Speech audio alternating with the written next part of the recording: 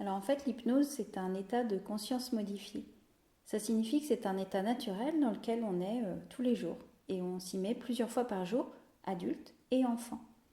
Donc les enfants, ils vont se mettre en hypnose tout seuls. Par exemple, pour un tout petit, ça va être quand il va prendre son doudou et sa sucette et aller un petit peu dans son coin parce qu'il a besoin d'un petit peu de réconfort, de calme. Et là, il se met en hypnose. Un peu plus grand, ça va être quand il regarde la télévision, par exemple. Et puis, ça peut être aussi en classe, quand le cours est un petit peu long et que l'enfant, il s'évade un petit peu dans ses pensées. Comme on dit, il est dans la lune. Bah là, il est en hypnose, en fait. Après, les enfants se mettent aussi en hypnose quand on leur raconte des histoires.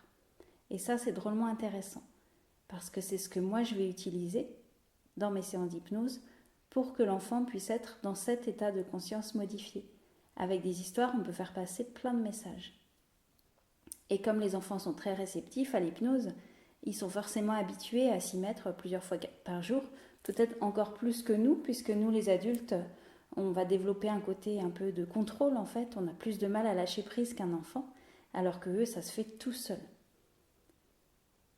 Et puis l'hypnothérapie, ça peut prendre plusieurs formes. On peut utiliser le jeu, on peut raconter des histoires, on peut utiliser un spectacle de marionnettes, c'est ce que je fais là, juste derrière moi. Ça peut être en fabriquant quelque chose, ça peut être aussi en dessinant. En fait, dans toutes ces situations, l'enfant est en hypnose. Donc finalement, une séance d'hypnose, ça ressemble à un jeu, ça ressemble à une séance où on s'amuse, où on va dessiner, on va rire, on va écouter une histoire, et puis c'est tout. Il ne se passe rien de plus que ça. Ça signifie donc que oui, on peut hypnotiser un enfant. Mais alors, ça ne signifiait pas que papa ou maman aussi pourraient hypnotiser leur enfant juste en leur racontant des histoires et qui pourraient donc faire passer plein de messages cachés à travers les contes. Ce serait quand même merveilleux. Il était une fois un prince qui vivait dans un très grand château.